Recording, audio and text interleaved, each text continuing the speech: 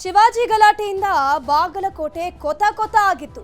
ಬೂದಿ ಮುಚ್ಚಿದ ಕೆಂಡದಂತಿದೆ ಬಾಗಲಕೋಟೆ ನಗರದ ಪರಿಸ್ಥಿತಿ. ಸದ್ಯದ ಪರಿಸ್ಥಿತಿ ಬಾಗಲಕೋಟೆಯ ಸೂಕ್ಷ್ಮ ಪ್ರದೇಶಗಳಲ್ಲಿ ಈಗಾಗಲೇ ನಿಷೇಧಾಜ್ಞೆಯನ್ನು ಹೇರಲಾಗಿದೆ. ಮೊನ್ನೆ ಅಷ್ಟೇ ಶಿವಾಜಿ ಜಯಂತಿಯಲ್ಲಿ ಮೆರವಣಿಗೆಯ ಸಂದರ್ಭದಲ್ಲಿ ಕಲ್ಲು ತೂರಾಟ, ಚಪ್ಪಲಿ ತೂರಾಟ ಆಗುತ್ತೆ. ಸದ್ಯಕ್ಕೆ ಆ ಒಂದು ನಗರದ ಪರಿಸ್ಥಿತಿ ಏನಿದೆ, ಬೂದಿ ಮುಚ್ಚಿದ ಕೆಂಡದಂತಿದೆ. ಬಾಗಲಕೋಟೆಯ ಸೂಕ್ಷ್ಮ ಪ್ರದೇಶಗಳಲ್ಲಿ ನಿಷೇಧಾಜ್ಞೆಯನ್ನು ಜಾರಿ ಮಾಡಿದ್ದಾರೆ. 3ಕ್ಕಿಂತ ಹೆಚ್ಚು ಜನರು ಗುಂಪುಗೂಡೋ ಹಾಗಿಲ್ಲ ಅನ್ನುವಂಥದ್ದು ಒಂದು ರೂಲ್ಸ್ ಅನ್ನು ತಂದಿದ್ದಾರೆ. ಪಂಕಾ ಮಸೀದಿ ಸುತ್ತ ಅಘೋಷಿತ ಬಂದ್ ಮಾಡಲಾಗಿದೆ. ವಾತಾವರಣ ಸದ್ಯಕ್ಕೆ ಅಲ್ಲಿ ಹತೋಟಿಗೆ ಬಂದು ನಿಂತಿದೆ. ಪಂಕಾ ಮಸೀದಿ ಪಕ್ಕದ ಶಾಲೆಗಳು ಕೂಡ ಖಾಲಿ ಹೊಡಿತಾ ಇದೆ. ಘಟನೆಯಿಂದ ಹೆದರಿ ಶಾಲೆಗೆ ಬರ್ತಾ ಇಲ್ಲ ಮಕ್ಕಳು. ಮತ್ತೆಲ್ಲಿ ಗಲಾಟೆ ಆಗತ್ತೋ, ಮತ್ತೆಲ್ಲಿ ಉದ್ವಿಗ್ತರ ಗುಂಪು ಬರುತ್ತೋ, ಗಲಾಟೆ ಮಾಡ್ತಾರೋ ಅನ್ನುವಂಥ ನಿಟ್ಟಿನಲ್ಲಿ ಮತ್ತೆ ಗಲಾಟೆ ಆತಂಕ ಹಿನ್ನೆಲೆ ಶಾಲೆಗೆ ಮಕ್ಕಳು ಗೈರಾಗಿ ಹೋಗಿದ್ದಾರೆ. ಮಸೀದಿ ಪಕ್ಕದಲ್ಲೇ ಸರ್ಕಾರಿ ಪ್ರಾಥಮಿಕ ಶಾಲೆ ಇದೆ. ಗಲಾಟೆ ಹಿನ್ನೆಲೆಯಲ್ಲಿ ಪೋಷಕರು ಕೂಡ ಮಕ್ಕಳನ್ನ ಶಾಲೆಗೆ ಕಳಿಸೋಕೆ ಹಿಂದೇಟು ಹಾಕ್ತಾ ಇದ್ದಾರೆ. ಯಾಕಂದ್ರೆ ಈ ಒಂದು ಮಸೀದಿ ಪಕ್ಕದಲ್ಲಿ ಆಗಿರುವಂತಹ ಗಲಾಟೆ ಅಲ್ಲ, ಇನ್ನೇನು ಮುಂದೆ ಏನಾದರೂ ಆಗಬಹುದು ಅನ್ನುವಂಥ ನಿಟ್ಟಿನಲ್ಲಿ ಶಾಲೆಗೆ ಮಕ್ಕಳನ್ನ ಪೋಷಕರು ಕೂಡ ಕಳಿಸ್ಕೊಡ್ತಾ ಇಲ್ಲ.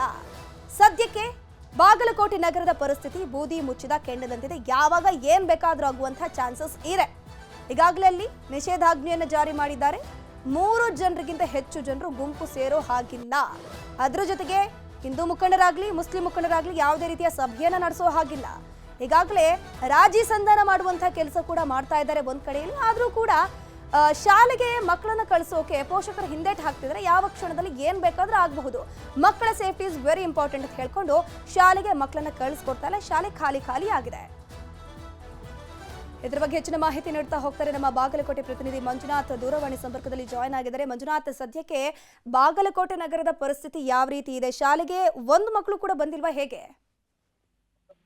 ಧನುಶ್ರೀ, ಬಾಗಲಕೋಟೆಯ ಹಳೆ ನಗರದಲ್ಲಿ ಅಘೋಷಿತ ಬಂದ್ ವಾತಾವರಣ ನಿರ್ಮಾಣ ಆಗಿದೆ. ಏನು ಪಂಕಾ ಮಸೀದಿ ಬಳಿಯ ಗಲಾಟೆ ನಡೆದಂತ ಸುತ್ತಮುತ್ತ ಪ್ರದೇಶದಲ್ಲಿ ಈಗ ಬಿಗಿ ಬಂದೋಬಸ್ತನ್ನ ನೀಡಿರುವಂತದ್ದು. ಪಂಕಾ ಮಸೀದಿಯ ಪಕ್ಕದಲ್ಲೇನೆ ಒಂದು ಸರ್ಕಾರಿ ಶಾಲೆ ಇದೆ, ಸರ್ಕಾರಿ ಹೆಣ್ಣು ಮಕ್ಕಳ ಶಾಲೆ. ಆ ಒಂದು ಶಾಲೆಗೆ ಇವತ್ತು ಬೆಳಗಿನ ಜಾವ ಮಕ್ಕಳು ಬರೋದಕ್ಕೂ ಕೂಡ ಒಂದ್ ರೀತಿಯಲ್ಲಿ ಆತಂಕ ಪಟ್ಕೊಂಡು ಗೈರಾಗಿರುವಂತದ್ದು. ಅದೇ ಹಿನ್ನೆಲೆಯಲ್ಲಿ 50 ಮಕ್ಕಳಿರುವಂತಹ ಶಾಲೆ ಖಾಲಿಯಾಗಿರುವಂತದ್ದು. ಅಲ್ಲಿ ಶಿಕ್ಷಕರು ಮಾತ್ರ ಇವತ್ತು ಬಂದಿದ್ದಾರೆ.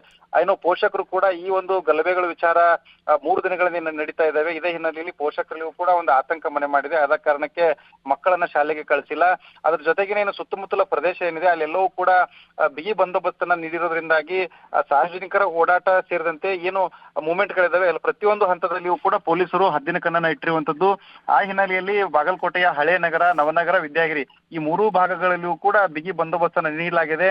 163 ಜಾರಿಯಲ್ಲಿದೆ. ಈ ಕಾರಣಕ್ಕಾಗಿನೇ ಏನು ಅಘೋಷಿತ ಬಂದ್ ವಾತಾವರಣ ಬಾಗಲಕೋಟೆಯ ಹಳೆ ನಗರದಲ್ಲಿರುವಂತದ್ದು. ಧನಶ್ರೀ, ಥ್ಯಾಂಕ್ ಯು ಮಂಜುನಾಥ್ ತಮ್ಮೆಲ್ಲ ಮಾಹಿತಿಗಾಗಿ.